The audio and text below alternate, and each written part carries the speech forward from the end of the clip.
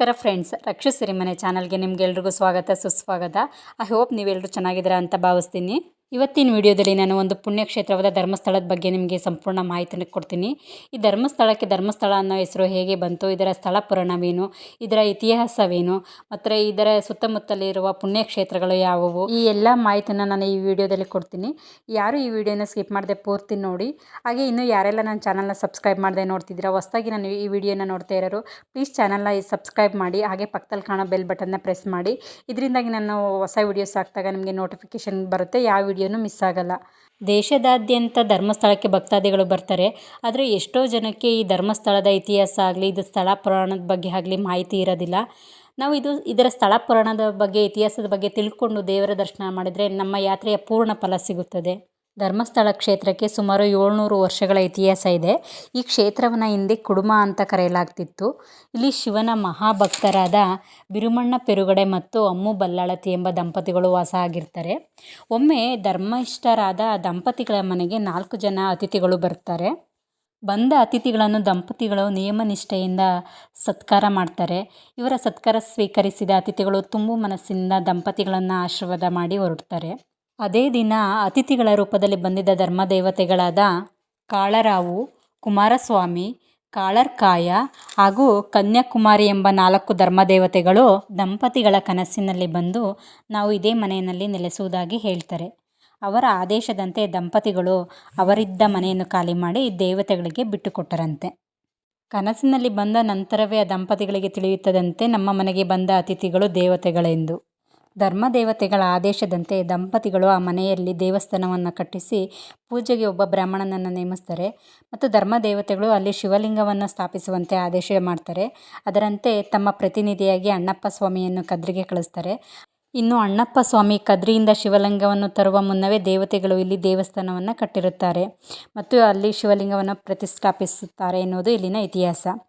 ಇಲ್ಲಿನ ಶಿವಪುರಾಣದ ಪ್ರಕಾರ ಶ್ರೀ ಕ್ಷೇತ್ರದ ರಕ್ಷಣೆಗೆ ಧರ್ಮದೇವತೆಗಳು ಅಣ್ಣಪ್ಪನನ್ನು ನೇಮಿಸ್ತಾರೆ.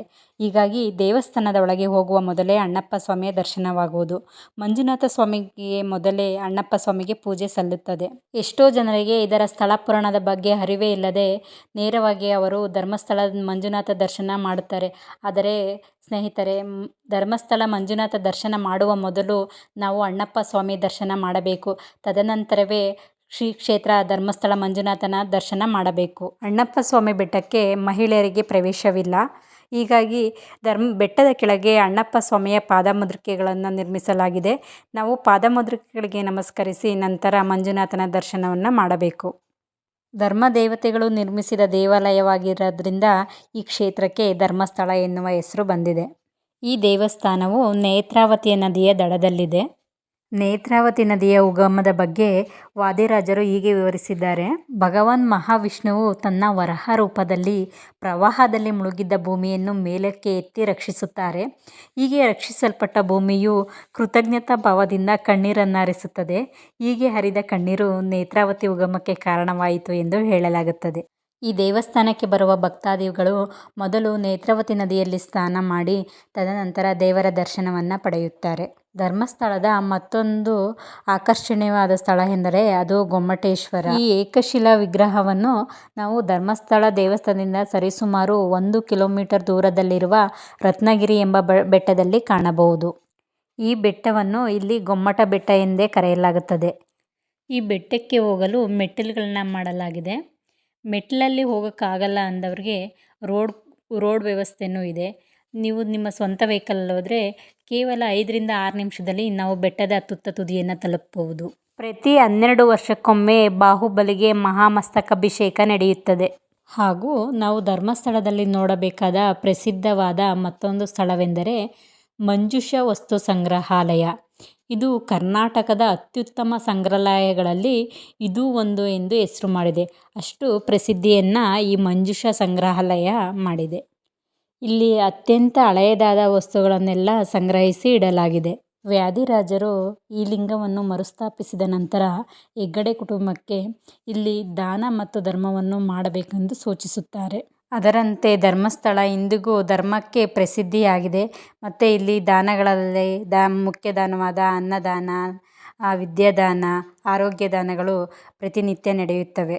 ದೇವರ ದರ್ಶನಕ್ಕೆ ಬರುವ ಭಕ್ತಾದಿಗಳು ಹಸಿವಿನಿಂದ ಹೋಗಬಾರದು ಎಂದು ಇಲ್ಲಿ ಪ್ರತಿದಿನ ಅನ್ನದಾನ ನಡೆಯುತ್ತದೆ.